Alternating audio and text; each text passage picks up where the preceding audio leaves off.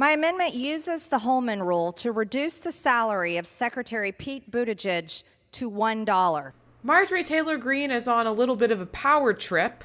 Her latest antic is not serving the people that she was elected to represent. No, it's grandstanding on the floor of Congress about why Pete Buttigieg should be fired, but because she doesn't have the authority to actually fire him, she wants to reduce his salary to $1. And her entire basis for doing so rests upon her own willful ignorance. Take a look. Pete Buttigieg has failed to serve the American people as the Secretary of Transportation. He has been busy calling roads racist, enforcing equity action plans, and implementing climate change initiatives, rather than strengthening our nation's transportation and infrastructure systems and responding to emergencies like the train derailment in East Palestine. He stated, "There is racism physically built into some of our highways. Every transportation decision is inherently, in many ways, a decision about equity." I would argue people driving on dirt roads every single day in rural America may feel that way. But our Secretary of Transportation, Pete Buttigieg, doesn't care about Americans in rural America. He's more interested in declaring that roads are built on skin color and racism. I'm Rayy Vana, and welcome back to Rebel HQ. I felt like I was going a little bit insane while watching that clip of Marjorie Taylor Greene, and I'm sure a lot of you felt the same way.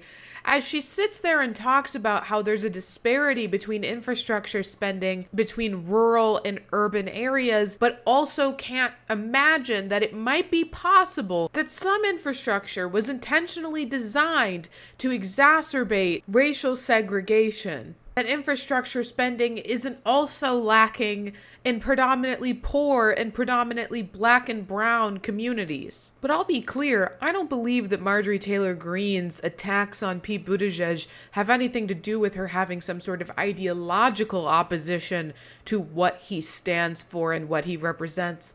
Not to say that there aren't very valid criticisms to be made of Pete Buttigieg, there absolutely are. But Marjorie Taylor Greene is not going to be the person to make those valid criticisms. No, her issues with Pete Buttigieg are squarely in the bigoted category. And this clip of her speaking at a Trump rally, I think, really exemplifies where she's coming from. We're going to drill oil right here in the USA.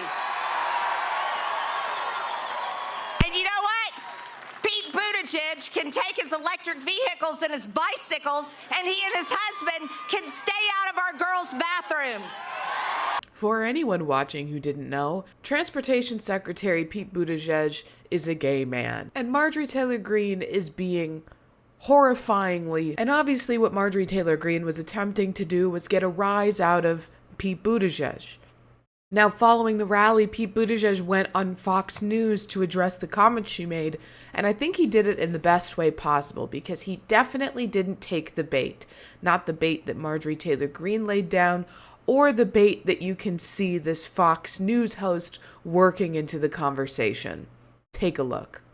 Representative Marjorie Taylor Greene, the Georgia Republican at a rally in Michigan, said this past weekend that Mr. Buttigieg is trying to emasculate the way we drive by, as she goes on to explain, by supporting environmentally friendly transportation.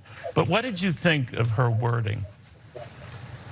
I literally don't even understand what that means. Because it's complete and utter nonsense. What does it mean to emasculate the way that we drive, as though driving is somehow a display of masculinity? That it's very manly to get behind the wheel of a vehicle and drive on a road, as if millions of women don't do the same thing every day? But you'll see in this clip how the Fox News host tries to get Pete Buttigieg to say that he was offended and that Pete Buttigieg is just not biting. My sense of manhood is not connected to whether my vehicle is fueled by gasoline or whether it's fueled by electricity. This is a practical matter. Were you offended by that, sir? Because even people who, you know, share her politics didn't share that view.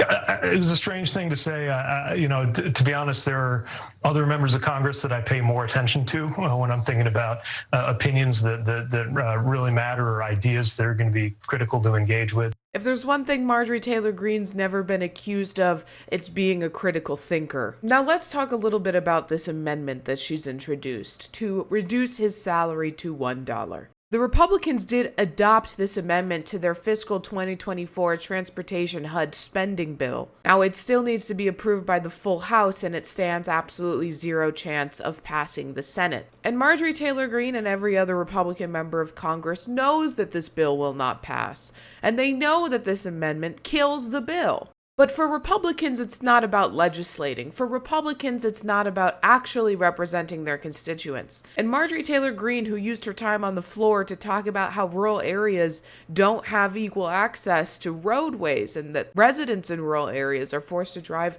on dirt roads. But she doesn't actually care about that because she didn't introduce anything that would fix that problem. Now, instead, she's using the position of authority she has to be homophobic and complain about efforts to curb racism in this country. But like Pete Buttigieg said, Marjorie Taylor Greene is not the person we should be looking to in Congress for important insights on tough issues facing America.